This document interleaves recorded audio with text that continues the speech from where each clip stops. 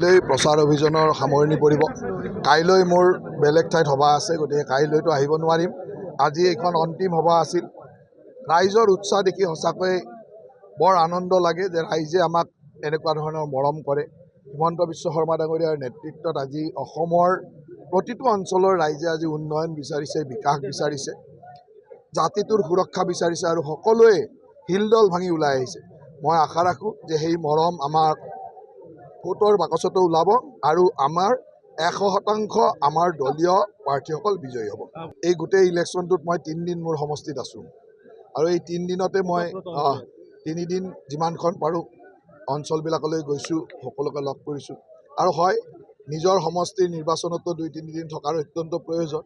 এই 3 দিনত সকলো মানুহক লগ পাইছোঁ, আনন্দ লাগিছে আৰু সকলোৱে মন খুলি ভাৰতীয় জনতা পাৰ্টি আৰু মিত্ৰ দলক সহায় কৰিবলৈ আগবাঢ়ি আহিছে। আজি আমাৰ মন্ত্ৰী কৌশিক ৰায় ডাঙৰীয়াও আহিছে, তেখেতো আমাৰ এই জিলাখনৰ প্ৰভাৰী, তেখেতেও 2-3খন মিটিং এটেণ্ড কৰিলে আৰু মোৰ অত্যন্ত ভাল লাগিছে যে যলৈকে গৈছোঁ ৰাইজে স্বতঃস্ফূৰ্তভাৱে ওলাই আহি হিমন্ত বিশ্ব শৰ্মা ডাঙৰীয়াৰ নেতৃত্বত অসমৰ উন্নয়নৰ জয়যাত্ৰাত সহায় জনাইছে।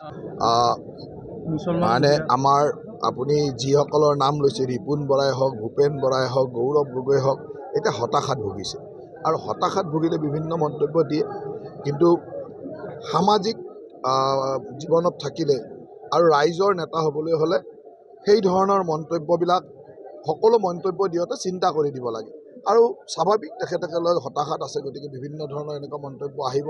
মই মন্তব্যটো সম্পৰ্কে জাষ্ট এটা দুটা হোৱাটছআপত বা মিডিয়াতে দেখিছোঁ, গতিকে মই বহুত বেছি কি ক'লে, কেনেকৈ ক'লে, কি পৰিৱেশত ক'লে এইটো নাজানো, সেইকাৰণে মই ক'ব খোজা নাই।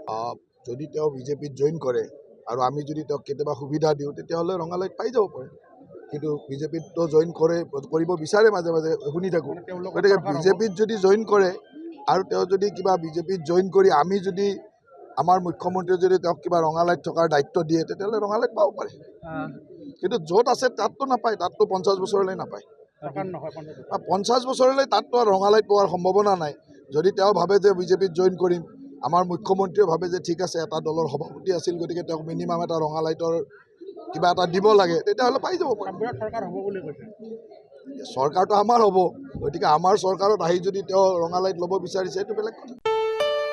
ঘৰত আনন্দ আৰু সম্পৰ্কৰ চমক বজাই ৰাখিবলৈ জৰুৰী হৈছে সকলো আনন্দময় মুহূৰ্তত মৰমৰ উপহাৰ দিয়াটো।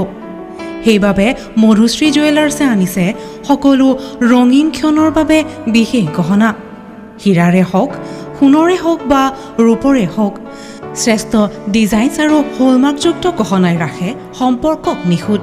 তেনেহ'লে আজিয়ে আনক আনন্দ মধুশ্ৰী জুৱেলাৰ্ছৰ সৈতে। যোগাযোগ কৰক 7002800341 নাইবা ভিজিট কৰক LNB ৰোড, নলবাৰী, অসম।